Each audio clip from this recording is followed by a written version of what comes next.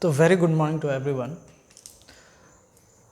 My name is Gaurav Kumar and it is the channel which is dedicated for the education, and the channel is Arya Education Hub, all about study. तो मैंने अभी कुछ ही दिनों पहले इस channel पे videos डालना शुरू किया है और मैं बस अभी चेक कर रहा था कि क्वालिटी कैसी जा रही है या वीडियो क्वालिटी कैसी है, साउंड क्वालिटी कैसी है, यही सब में मुझे काफ़ी टाइम लग रहा था। तो मैंने पाया कि मेरा जो बोर्ड पर का वीडियो है उस पर बहुत छोटे छोटे लेटर्स दिख रहे हैं, अल्फ़ाबेट्स काफ़ी छोटे दिख रहे हैं। तो मैंने सोचा क्यों ना मैं इसके लिए ये जूम करके मैं पेन और पेपर पे यूज़ करूं। तो एक बच्चे ने मैसेज किया कि सर आप क्लास 11th की ट्रिग्नोमेट्री की वीडियोस क्यों नहीं बना रहे हो, मुझे उसकी ज़रूरत है। तो मैंने सोचा चलिए बच्चे की मदद की जाए और इसीलिए मैं ट्रिग्नोमेट्री चैप्टर 3 क्लास 11th मैं स्टार्ट करने वाला हूँ आज।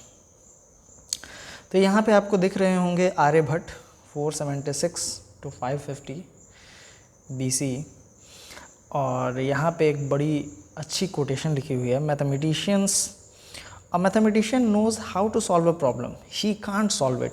मैथमेटिशियन वो होते हैं जो हर सवाल का हल जानते हैं, ऐसा नहीं है, ठीक है। ऐसा नहीं कि वो हर सवाल को बना देंगे या जानते हैं, उन्हें ये पता है कि उसे बनाया कैसे जाता है, वहाँ तक पहुँचा कैसे जाता है। तो इस कोटेशन के बाद जो मिलन के द्वारा दिया गया है, हम इस चैप्टर को स्टार्ट करेंगे, जिस चैप्टर का नाम है trigonometric functions. Trigonometric functions.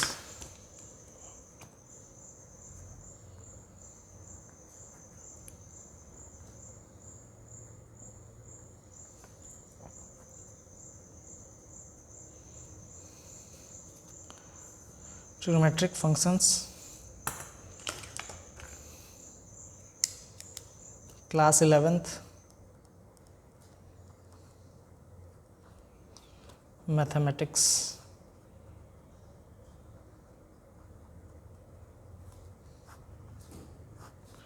Chapter 3 NCERT। Initially हम लोग NCERT को ही ख़त्म करेंगे पहले, और जब हमें वक्त मिलेगा तो हम फिर आगे बढ़ेंगे। तो इस चैप्टर का इंट्रोडक्शन हम लोग लिखते हैं, देखते हैं कि क्या है कैसे है। तो देखिए NCERT यहाँ पे एक छोटा सा इंट्रोडक्शन देता है कि कैसे ट्रिग्नोमेट्री का इजाद हुआ। ट्रिग्नोमेट्री जो है वो दो वर्ड से मिलकर के बना है।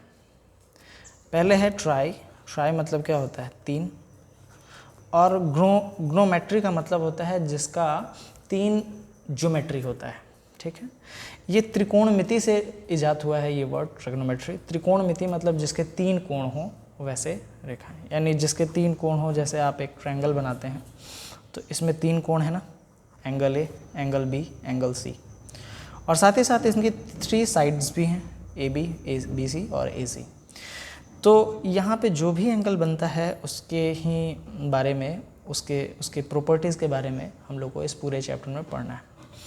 अच्छा, ट्रिग्नोमेट्री में हम लोग मोस्ट ऑफ द केस में राइट एंगल ट्रायंगल को लेते हैं, ठीक है। Right angled triangle. कुछ बेसिक बातें आपको बता दी जाएं तो ट्रायंगल जो होते हैं उसमें 3 वर्टिसेस होते हैं, 3 साइड्स होते हैं और 3 एंगल्स होते हैं। और ट्रायंगल कुल मिलाकर के 6 तो नहीं, आप कह सकते हैं कि on the basis of side it is of 3 kinds: equilateral triangle, isosceles triangle and scalene triangle. And on the basis of angle, the triangles are of 3 types: acute angle triangle, obtuse angle triangle और right angle triangle. तो हम लोग को यहाँ पे विशेष तौर पे right angle triangle की बात करनी है ट्रिग्नोमेट्री में। और ट्रिग्नोमेट्री का जो बेस है आपको क्लास 10th में मिला होगा, कि क्लास 10th में आपने पढ़ा होगा। चलिए मैं क्यों ना कुछ बातें कर लें। क्लास 10th में आपने पढ़ा होगा कि अगर आपको कोई राइट एंगल ट्रायंगल दिया हुआ है, ठीक है, और इस राइट ट्रायंगल का अगर इसको कहते हैं बेस, नीचे वाले को बेस कहते हैं, इसको कहते हैं हाइट। एक्चुअली हाइट आप ना कहें, इसको परपेंडिकुलर कहें तो ज़्यादा अच्छा रहेगा। इसको परपेंडिकुलर कहते हैं और इसको कहते हैं हाइपोटेन्यूस।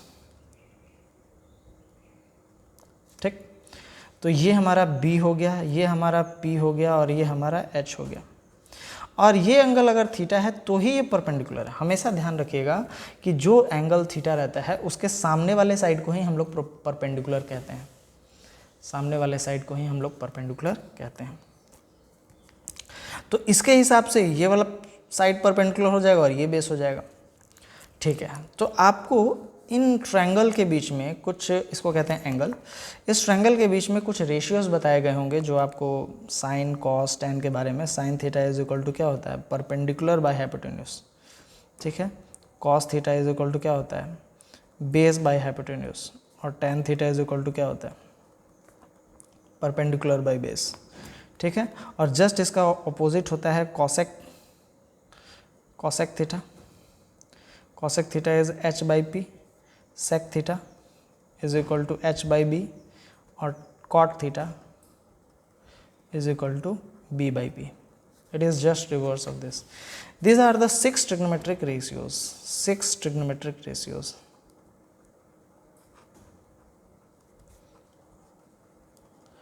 इसी के इर्द गिर्द हमारी कहानी घूमने वाली है, इसी के इर्द गिर्द हमारी कहानी घूमने वाली है। अच्छा, अब ये कुछ बेसिक बातें थी, इसमें तो आपने ट्रिग्नोमेट्रिक आइडेंटिटीज भी कुछ पढ़े होंगे, जैसे कि sine square theta plus cos square theta is equal to 1, 1 plus tan square theta is equal to sec square theta, और 1 plus cot square theta is equal to cosec square theta. ये कुछ basic बातें थी, आपको trigonometric identities class 10th में आप पढ़े होंगे। ठीक है, इन सब का भी यूज़ आएगा, इस चैप्टर में आएगा। तो हमारे क्लास 11th में स्टार्ट कैसे होता है, क्लास 11th में स्टार्ट होता है सबसे पहले कि हम लोग एंगल्स को कैसे मेज़र किया जाए, एंगल्स के बारे में हमें पढ़ना होगा। और एंगल्स को मेज़र करने के बहुत सारे तरीके हैं। तो चलिए हम लोग स्टार्ट करते हैं मेज़रमेंट ऑफ एन एंगल। यहाँ से हमारा मेन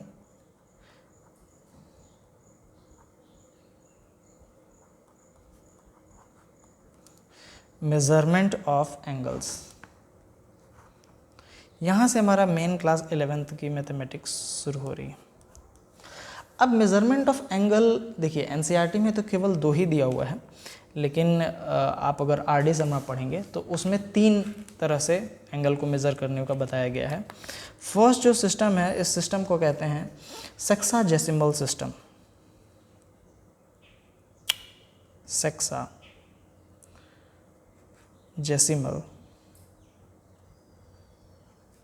सिस्टम।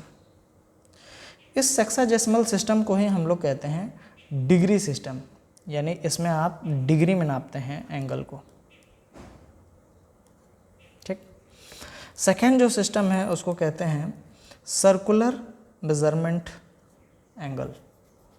ठीक है, या इसको कह लेंगे सर्कुलर सिस्टम, सर्कुलर सिस्टम। और इस सर्कुलर सिस्टम में हम लोग जो एंगल को नापते हैं उसको नापते हैं रेडियंस में। ठीक है, रेडियन में क्या करते हैं, डिग्री को दिखाने के लिए आपको ऊपर में डॉट लगाना होगा, और रेडियन को दिखाने में, मान लीजिए थीटा है तो रेडियन को दिखाने में ऊपर में अगर सी ऐसे करके लिखा जाता है सर्कुलर सिस्टम में। अच्छा, तो एनसीईआरटी के बेसिस पे अब अगर हम लोग चल रहे हैं तो क्यों ना हम लोग यही 2 सिस्टम के बारे में पढ़ें। तो यहाँ पे सबसे पहले इन्होंने बताया the word trigonometry is derived from a Greek word trigon और metron. It means the measuring a side of a triangle. The subject was originally developed by geometric problems involving triangles. It was a study in the sea of a sea captains for navigation, surveyor, or a map out of a new lands by engineers and others. Currently, trigonometry is used in many areas such as science and seismology, designing an electric circuit, describing the state of atom, predicting the heights of the tides of the ocean, analyzing the musical tone, and many other areas. In the earlier classes, we have studied the trigonometric ratios in the acute angles as the ratio of the side of the right angled triangle. We have also studied the trigonometric identities of the application of trigonometry ratios and solving the problems related to the height and distance. हाँ, हमने class 10th में जो chapter पढ़ा था उसमें height and distance में apply किया था हमने ट्रिग्नोमेट्री को। In this chapter, we will generalize the concept of trigonometric ratios or trigonometric functions to study their properties. चलिए ठीक है। अब यहाँ पे देखिए इन्होंने कहा कि एंगल के बारे में भी थोड़ा सा आप समझ लीजिए कि एंगल बनता कैसे है। तो यहाँ पे एंगल जो है वो बनता है, इसमें दो रे रहते हैं। एक रे को कहते हैं हम लोग इनिशियल साइड कह लो आप, और इसको कह लो टर्मिनल साइड। और इनके बीच में जो एंगल बनता है, ठीक है, वो एंगल कहलाता है। ये वर्टेक्स है हमारा, 0 वर्टेक्स। अच्छा ठीक है, तो इस एंगल को जो हमारे हॉरिजॉन्टल लाइन से, इस लाइन को हम लोग हॉरिजॉन्टल लाइन भी कहते हैं, इसको कहते हैं पड़ी रेखा। और ये वर्टिकल लाइन तो यहाँ पे नहीं है, आप समझ सकते हैं। तो ये हॉरिजॉन्टल लाइन है। हमेशा हॉरिजॉन्टल लाइन से ही हम लोग मेज़र करेंगे। हॉरिजॉन्टल लाइन से अगर ऊपर गया तो इस एंगल को कहते हैं हम लोग पॉजिटिव एंगल। इस एंगल को कहते हैं हम लोग पॉजिटिव एंगल। और वहीं हमारा अगर यही ऐसा बन जाए, इनिशियल साइड ये है और टर्मिनल साइड ये है, और थीटा अगर ऐसा चला जाए तो नीचे की तरफ गया, ये हमारा टर्मिनल साइड है और ये हमारा इनिशियल साइड है, तो इसको कहते हैं निगेटिव एंगल।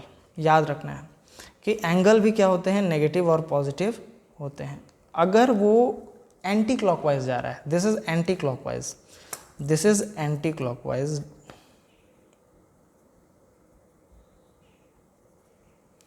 और this is clockwise direction. Anti clockwise direction आपको पता है ना कि घड़ी जो है वो ऐसे करके चलती, ऐसे ऐसे ऐसे ऐसे, लेकिन आप घड़ी के अपोजिट दिशा में चल रहे हो, एंटी क्लॉकवाइज चल रहे हो, तो एंटी क्लॉकवाइज पॉजिटिव एंगल है और क्लॉकवाइज नेगेटिव एंगल है। ठीक है, ये तो हुई एंगल की बात। अब एंगल को मेज़र करने के जो तरीके हमने पढ़ने थे, उन तरीकों पर अब हम लोग आते हैं। ठीक, तो चलिए उन तरीकों में सबसे पहले हमने सेक्साजेसिमल का नाम लिखा था। Sexagesimal system. सेक्साजेसिमल सिस्टम में हम लोग डिग्री में नापते हैं। और वो क्या करता है, वो कहता है कि हमने क्या किया कि एक हमने क्वाड्रेंट लिया, सर्कल का 1/4 हिस्सा लिया। आपको पता है ये सर्कल है, और इस सर्कल को अगर हमने 4 बराबर हिस्सों में बांट दिया तो ये हमारा होता है 1 क्वाड्रेंट। और इसी क्वाड्रेंट को हमने ले लिया, काट लिया।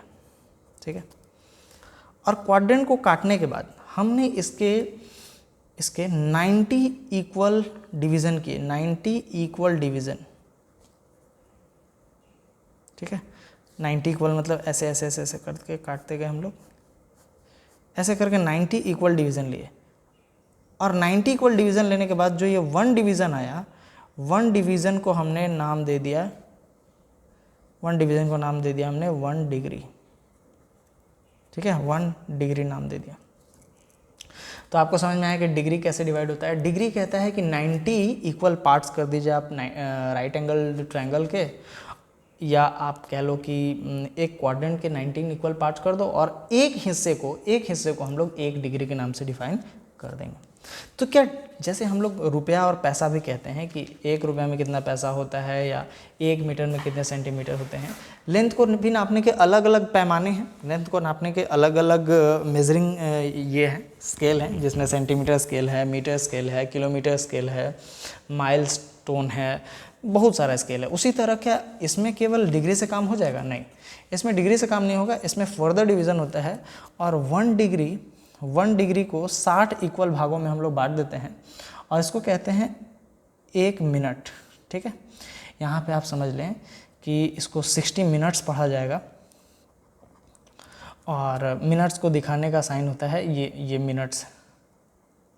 ठीक है, मिनट्स को दिखाने के लिए ऐसे साइन करते हैं, यानी 1 डिग्री में 60 मिनट होता है। और सिमिलरली हमने 1 मिनट में 60 सेकंड होता है, 60 सेकंड्स। और सेकंड को दिखाने के लिए डबल डैश का प्रयोग करते हैं, सॉरी सेकंड बोल रहे हैं। 1 मिनट में होता है 60, हाँ ठीक है, ये डिग्री है, ये मिनट है, और ये सेकंड है। चलिए, तो ये आपको पता चला कि सेक्साजेसिमल सिस्टम क्या है। और इस सिस्टम में हम लोग किस में नापते हैं, तो आपको डिग्री में नापते हैं। चलिए अब नेक्स्ट सिस्टम की तरफ बढ़ते हैं, और नेक्स्ट सिस्टम क्या है, नेक्स्ट सिस्टम है हमारा सर्कुलर सिस्टम। नेक्स्ट सिस्टम है सर्कुलर सिस्टम। और आपको अब इससे पहले जो हमने पढ़ा था उसमें हम लोग सर्कुलर सिस्टम में ज़्यादा फोकस नहीं किए थे क्लास 10th में, लेकिन अब हम लोग जो क्लास 11 में पढ़ने वाले हैं उसमें आपको सर्कुलर सिस्टम पे ज़्यादा ध्यान देना है। सर्कुलर सिस्टम में ही आपको कन्वर्ट करना और इसी में आपको क्वेश्चंस को सॉल्व करना है। क्यों ऐसा करना है? क्योंकि ये जो है ना, ये जो एंगल है उसको लेंथ में नापता है, ठीक है, और इसको कहते हैं रेडियन, और एंगल का ऐसा यूनिट रेडियन ही होता है। अब आपको बता दें कि इसमें क्या कहना चाहता है। इसमें कहता है कि एक आप क्वाड्रेंट ले लीजिए, एक क्वाड्रेंट ले लीजिए, और उस नहीं, इसमें क्वाड्रेंट नहीं लेना था, सॉरी, चलिए दूसरा चीज़ था। इसमें क्या था कि मान लीजिए कि आपके पास एक, मान लीजिए कुछ भी यूनिट का, ए यूनिट का एक लंबाई है, ठीक है, और आपने क्या किया, एक यूनिट ही लंबाई के लेंथ का आर्क ले लिया, ठीक है, ये एक यूनिट आर्क का आर्क, ये भी ए ही यूनिट है। तो जो भी एंगल यहाँ पे बनेगा, जो भी एंगल बनेगा वो एंगल कहलाएगा 1 रेडियन, ठीक है। तो 1 रेडियन को कैसे डिफाइन किया गया? 1 radian is ratio of arc to the radius of a circle whose arc and radius are equal in length, equal in length। यानी जितना बड़ा, अब कहोगे कि सर ये 1 रेडियन तो स्टैंडर्ड नहीं होगा, मान लीजिए कि इसको हम थोड़ा सा बढ़ा दें, ये आर्क को बढ़ा दें, तो सर फिर तो एंगल बढ़ जाएगा। नहीं जी, एंगल उस टाइम पे भी नहीं बढ़ेगा। जैसे आप देखिए, आपको मालूम है कि एंगल इज इक्वल टू, आपने क्लास 10 में पढ़ा होगा, आर्क बाय रेडियस होता है। आपने पढ़ा था theta is equal to arc by radius, theta is equal to arc by radius आपने पढ़ा था ना, theta is equal to arc by radius. अब यहाँ पे आप देखिए, अगर आप यहाँ तक का एंगल को मिल, यहाँ भी आपका एंगल थीटा ही है, अगर आपने इसको लिया, इस वाले साइड को लिया, तो इसका ये मान लो ये R1 है, तो ये भी R1 होगा, R1 लंबाई होगा। अच्छा, ये मान लीजिए यहाँ तक आप आ गए, यहाँ तक आ गए, R2 के लिए आप यहाँ तक आ गए, तो देखिए ये भी हमारा बढ़ गया R2। इसी तरह एंगल हमेशा सेम रहेगा, एंगल हमेशा सेम रहेगा, बस आपका अगर आर्क बढ़ेगा तो रेडियस भी बढ़ेगा, या रेडियस बढ़ेगा तो आर्क भी बढ़ेगा। अच्छा ठीक है, तो समझ में आ गया कि एक रेडियन किसे कहते हैं और एक डिग्री किसे कहते हैं। तो अब यहाँ सबसे बड़ा बात ये आता है कि अब इसको हम लोग कैसे डिफाइन करते हैं कि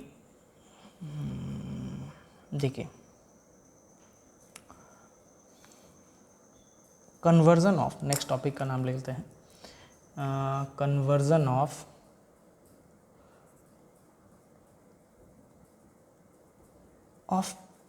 angles from degree to radian। एक और बात कि ये सर हमने लंबाई कैसे माना, देखिए ये जो थीटा है, ये आर्क भी क्या है, लंबाई है, ठीक है, आर्क भी क्या है हमारा, ये लेंथ ही है ना, कुछ ए यूनिट होगा, और ये भी क्या होगा, ए यूनिट होगा। तो यूनिट से यूनिट कट के क्या आ जाएगा, 1 आ जाएगा, और 1 को हम लोग क्या दिखाएंगे, 1 रेडियन कहेंगे, ठीक है। अब हम लोग इसमें कैसे जानते हैं, कैसे जाएंगे डिग्री से मेजर में?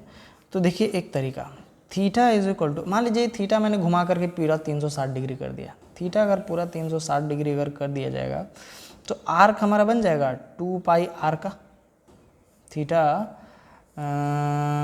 इफ़, ऐसे लिख लीजिए, if theta is equal to 2 pi R, अगर थीटा हमारा, sorry, if theta is equal to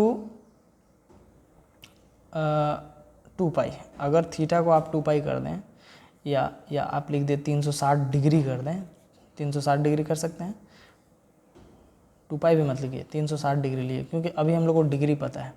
तो अगर थीटा हमारा 360 डिग्री है तो क्या हमारा आर्क कितना होगा? आर्क हमारा हो जाएगा, पूरा ही काटा जाए इसको, समझिए यहाँ पे।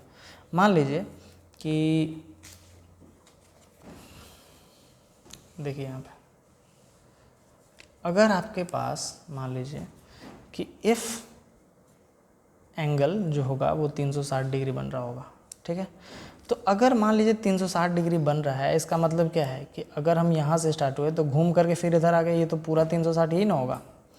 तो इसमें हमारा आर्क कितना होगा? आर्क हमारा क्या पेरीमीटर नहीं हो जाएगा? ये पूरा पेरीमीटर नहीं हो जाएगा, यानी 2 पाई आर हो जाएगा।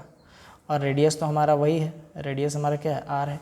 यानी 360 डिग्री इज इक्वल टू हम लोग लिख सकते हैं 2 पाई आर बाई आर, क्योंकि थीटा इज इक्वल टू क्या था? आर्क बाई रेडियस था, यही था ना। तो थीटा अगर हमारा 360 है तो आर्क हमारा 2 पाई आर है और रेडियस तो आर से आर कट जाएगा, यानी 360 डिग्री इज इक्वल टू 2 पाई होगा रेडियन, ठीक है। अच्छा 2 से कट जाएगा 360 तो 180 आ जाएगा, यानी pi degree is equal to 180 radian होता है, और 2 pi degree is equal to 360 radian होता है, और pi by 2 degree is equal to होता है नहीं सॉरी हाँ पाई बाई 2 पाई रेडियन होता है जी। 180 degree is equal to pi radian, 360 degree is equal to 2 pi radian, और 90 degree is equal to pi by 2 radian. देखिए ना, अभी हम लोग क्या कर रहे थे? 360 इज इक्वल टू है ना 2 पाई रेडियन कर रहे थे, 180 degree is equal to 2 pi radian हो रहा था ना, is equal to pi radian हो रहा था, ठीक है। तो यानी कि आपको याद बस एक ही रखना है, pi radian is equal to 180 degree, ठीक। इससे हम लोग सारा कन्वर्जन कर लेंगे। चलिए, तो ये हमारा कुछ बेसिक पॉइंट था जो हमने पढ़ा। अब इससे जुड़े कुछ सवाल हमें करने हैं एनसीईआरटी के, क्योंकि ये हमारा फर्स्ट यूनिट को कंप्लीट कर देता है। चलिए अब हम लोग आ जाते हैं एनसीईआरटी के एक्सरसाइज 1 में, पॉइंट 1 में, और वो क्या कहता है ये देख लिया जाता है। पॉजिटिव एंगल, नेगेटिव एंगल हमने देख लिया, रेडियन मेज़र को हमने देख लिया, theta is equal to arc by radius देख लिया, relation between radian and real numbers भी हमने देख लिया। चलिए एक और बात आपको पढ़ा दी जाए, वो ज़्यादा इम्पोर्टेंट है। वो क्या है कि अभी जो चूँकि मैंने पढ़ा दिया है लेकिन फिर भी समझ लीजिए। अभी मैंने कहा था ना कि pi radian is equal to 180 degree होता है, यही मैंने कहा था। तो 1 रेडियन इज इक्वल टू क्या होगा? 180 डिग्री बाई पाई होगा कि नहीं होगा? पाई मल्टीप्लाई में था तो इधर आ जाके क्या होगा? डिवाइड में हो जाएगा। आपको पता है कि पाई की वैल्यू क्या होती है? पाई की वैल्यू होती है 22/7 होती है, या 3.14 भी होगा। तो अगर आप 1 रेडियन की वैल्यू निकालें, 1 रेडियन की वैल्यू निकालें तो 180 डिग्री बाई 22/7 हो जाएगा। और इसको अगर आप सॉल्व करेंगे तो करीब करीब 57 डिग्री एंड 16 मिनट अप्रॉक्सीमेटली आएगा। अब आप लोग कह रहे होंगे कि सर ये आया कैसे? पहले ये तो बताइए आया कैसे। ठीक है, चलिए इसको बताते हैं कैसे आया। अगर आप इसको पलट दें तो ये क्या हो जाएगा? 180 डिग्री और यहाँ पे 22 गुणे 7 होगा, यही होगा कि नहीं होगा? सॉरी, देखिए हमारा फ्रेम से निकल जा रहा है बार बार। इसको कहते हैं अभी कच्चा खिलाड़ी, इनिशियल यूट्यूबर, जो बार बार ये भूल जा रहा है कि फ्रेम कहाँ है। कोई बात नहीं, हम लोग फ्रेम में आ जाएंगे फिर से। चलिए देखिए, तो यहाँ पे आपका 7 होल डिवाइड में था तो उधर जाता है कि नहीं? आप लोगों को पता होगा कि a by B whole divide by c by D अगर होगा तो ये हो जाता है a by B into D by C हो जाता है। तो यानी नीचे वाला क्या होता है? नीचे वाला पलट करके ऊपर में मल्टीप्लाई हो जाता है। तो नीचे में 7/2 था तो ये पलट करके 22/7 था तो ये पलट करके 7/22 हो गया। अब इसको अगर आप काटें तो ये आ जाएगा 11 और ये आ जाएगा 90, ठीक है। अब तो नहीं, 9 7 63, यानी 630 डिग्री बाई 11 होगा। अब अगर आप इसको डिवाइड करना चाहते हैं तो आपको पता चलेगा कि 11 5 ज़ा 55, घटा दीजिए, तो 13 में से 5 जाएगा तो 8 बचेगा और 5 में कुछ नहीं बचा, ऊपर से क्या उतरेगा तो 0 उतरेगा। ठीक है, तो यहाँ पे 80 कितने बार, 7 बार में 11 7 जा 77 होगा, घटाइएगा तो आपको 3 मिलेगा। अब तो आपको कुछ करना नहीं है, तो आप इसको ऐसे लिख सकते हैं मिक्स्ड फ्रैक्शन में कि 57 डिग्री 3/11। अब आप इसको ऐसे भी लिख सकते हैं 57 डिग्री प्लस 3/11 डिग्री। अब आप डिग्री को मिनट में बदलिए, मिनट में बदलने के लिए आपको पता है 1 डिग्री इज इक्वल टू होता है 60 मिनट होता है। तो आप लिख दीजिए 57 डिग्री प्लस 3/11 इंटू 60 मिनट हो जाएगा। तो ये 3 इंटू 60 यानी कि क्या हो जाएगा, ये हमारा हो जाएगा 57 डिग्री प्लस 180 मिनट बटे 11। अब 180 को 11 से डिवाइड कीजिए, तो 180 को जब 11 से डिवाइड कीजिएगा तो 11 एकम 11 होता है, घटाइएगा तो 7 आ जाएगा। और ये 6 बार में होगा, 6 बार में होगा, 16 छके 66 हो जाएगा, तो यहाँ पे 4 आ जाएगा। तो यानी आपका हो जाएगा 57 डिग्री प्लस ये हो जाएगा 16 मिनट होल 4/11, यही होगा। तो यानी हो जाएगा 57 डिग्री 16 मिनट प्लस 4/11 मिनट। अब इसको आप सेकेंड में भी जा सकते हैं। तो हमारा आंसर क्या था, हमारा आंसर था 57 डिग्री 16 मिनट और हमारा आ गया ना 57 डिग्री 16 मिनट। तो यानी ये हमारा हो गया। तो आपको ऐसे ही निकालना है, डिग्री से रेडियन में कैसे कन्वर्ट करना है आपको पता होना चाहिए कि 1 radian is equal to 180 degree by pi. ठीक है, इससे आप क्या कर सकते हैं, इससे आप निकाल सकते हैं, कन्वर्ट कर सकते हैं, convert radian into degree. Radian से आप डिग्री में जा सकते हैं। और इसी के जस्ट अपोजिट अगर आप ऐसा करें कि conversion from degree to radian, मान लीजिए आपको डिग्री से रेडियन में जाना है, तो आपको डिग्री से अगर रेडियन में जाना है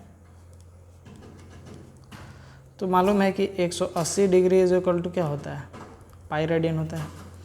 तो इसको लिख सकते हैं 180 into 1 degree is equal to pi radian, यानी 1 डिग्री इज इक्वल टू लिख सकते हैं pi by 180 radian. 1 degree is equal to pi by 180 radian. ठीक है, तो ये आपको एक ये फॉर्मूला और ये आपको दूसरा फॉर्मूला आपको यहाँ पे दिख जाएगा, ये फॉर्मूला, ये 2 फॉर्मूला आपको याद होने चाहिए। तो आप फिर कन्वर्जन आराम से कर लोगे, कोई दिक्कत नहीं।